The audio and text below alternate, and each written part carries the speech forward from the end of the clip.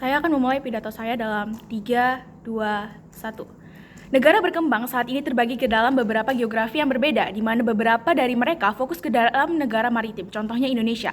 Di negara berkembang seperti Indonesia sangat mungkin untuk menggunakan ekonomi biru. Ekonomi biru adalah strategi pembangunan ekonomi yang mengandalkan sumber daya dan yang kelautan atau potensi maritim yang dimiliki oleh suatu negara. Ekonomi yang selama ini berjalan dianggap tidak ramah lingkungan. Semakin maju ekonomi negara, semakin merusak lingkungan di negaranya, maupun mengeksploitasi negara lainnya. Pertumbuhan dan ekonomi biru dan tata ruang laut yang dibuat seolah-olah menjadi solusi bijak untuk lingkungan, seolah-olah menjadi solusi untuk komunitas nelayan dan menciptakan laba, namun mengabaikan ketidakseimbangan relasi, pengetahuan, posisi, dan kekuasaan dan akses dan kontrol. Oleh karena itu, stance kami jelas, kami tidak mau terlalu fokus ke dalam ekonomi biru dan kami memindahkan ke dalam strategi ekonomi lainnya dengan mekanisme. Pertama, tidak akan investasi secara berlebih-lebihan kepada ekonomi biru dan akan mengalokasikan dana dengan lebih strategis. Dan yang kedua, investasi kepada maritim tetap masih ada, namun bukan dalam bentuk ekonomi. Artinya, dananya akan secukupnya saja dan bukan satu-satunya investasi kepada ekonomi kita. Di sini saya mempunyai dua argumen. Yang pertama, mengapa penggunaan strategi ekonomi biru ini tidak eksklusif untuk digunakan, dan yang kedua, dampak dari penggunaan ekonomi biru itu seperti apa. Masuk ke dalam argumentasi saya yang pertama, mengapa penggunaan strategi ekonomi biru ini tidak eksklusif untuk dilakukan. Pertama-tama, mari kita kenali dengan karakterisasi ekonomi biru. Ekonomi biru juga menerapkan logika ekosistem di mana ekosistem selalu bekerja menuju tingkat efisien yang lebih tinggi untuk mengalirkan nutrien dan energi tanpa limbah untuk memenuhi kebutuhan dasar bagi semua kontributor dalam suatu sistem.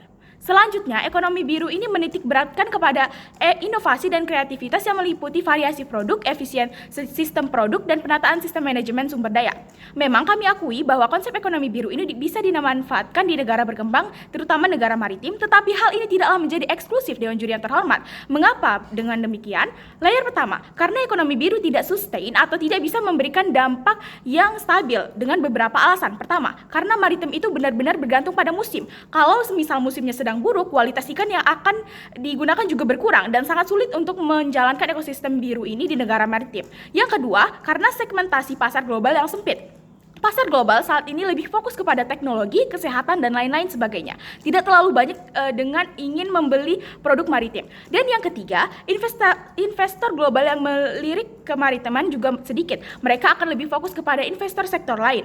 Lapis kedua, ekonomi biru secara karakterisasi butuh dana yang sangat banyak.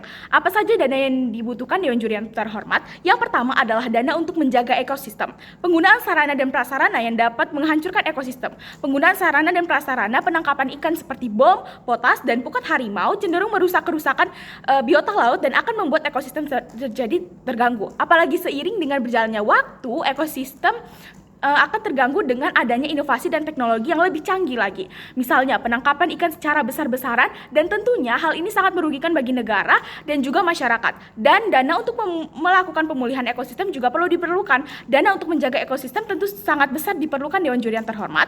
Hal ini justru akan merugikan masyarakat dan pemerintah saja tanpa memberikan keuntungan, karena sejatinya dengan menjaga kelestarian ekosistem ini kita tidak akan merugi, tetapi alam justru akan memberikan yang lebih.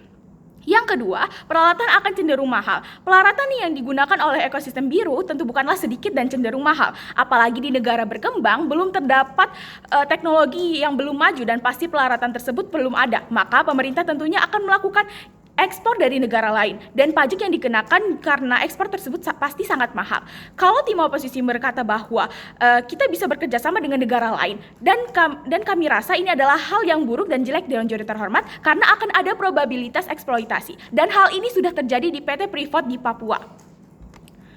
Kemudian masuk ke dalam ranah argumentasi saya yang kedua, apa dampak buruk dari ekonomi biru itu?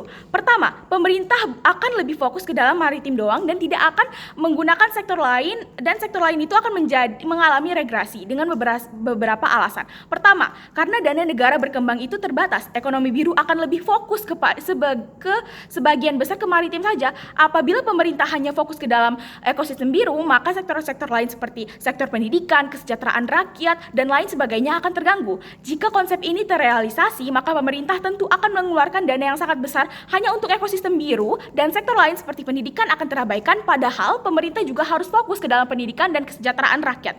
Kami rasa hal ini sangatlah perlu. Dan yang kedua, ekonomi biru akan membuat glorifikasi yang berlebihan kepada sektor maritim yang akan menutupi sektor lainnya. Mengapa ini penting? Alasan pertama, karena semua sektor itu punya peranan sendiri. Misalnya, karena pemerintah fokuskan hanya pada maritim saja dan akan melupakan sektor kesehatan dan pendidikan.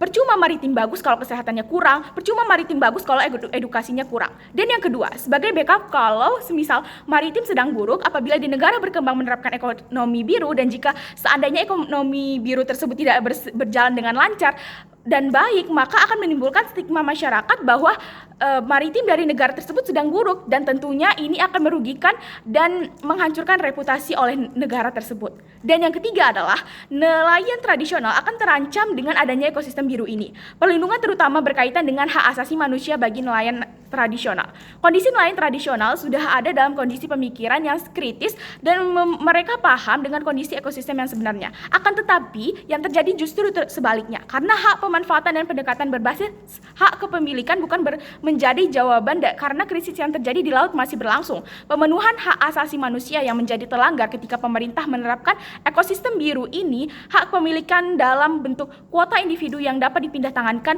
atau bentuk serupa lainnya. Peminggiran rakyat nelayan yang dipaksa harus berkompetisi dalam pemanfaatan laut dan ekosistem biru ini, tetapi kenyataannya itu mengabaikan komunitas nelayan sebagai pelaku yang sebenarnya juga memiliki pengetahuan dan peranan penting menjaga keberlangsungan ekosistem laut. Oleh karena itu, saya sebagai tim pemerintah sangat bangga mendukung tidak akan menggunakan ekosistem biru ini dan sangat bangga berada di tim pemerintah. Terima kasih.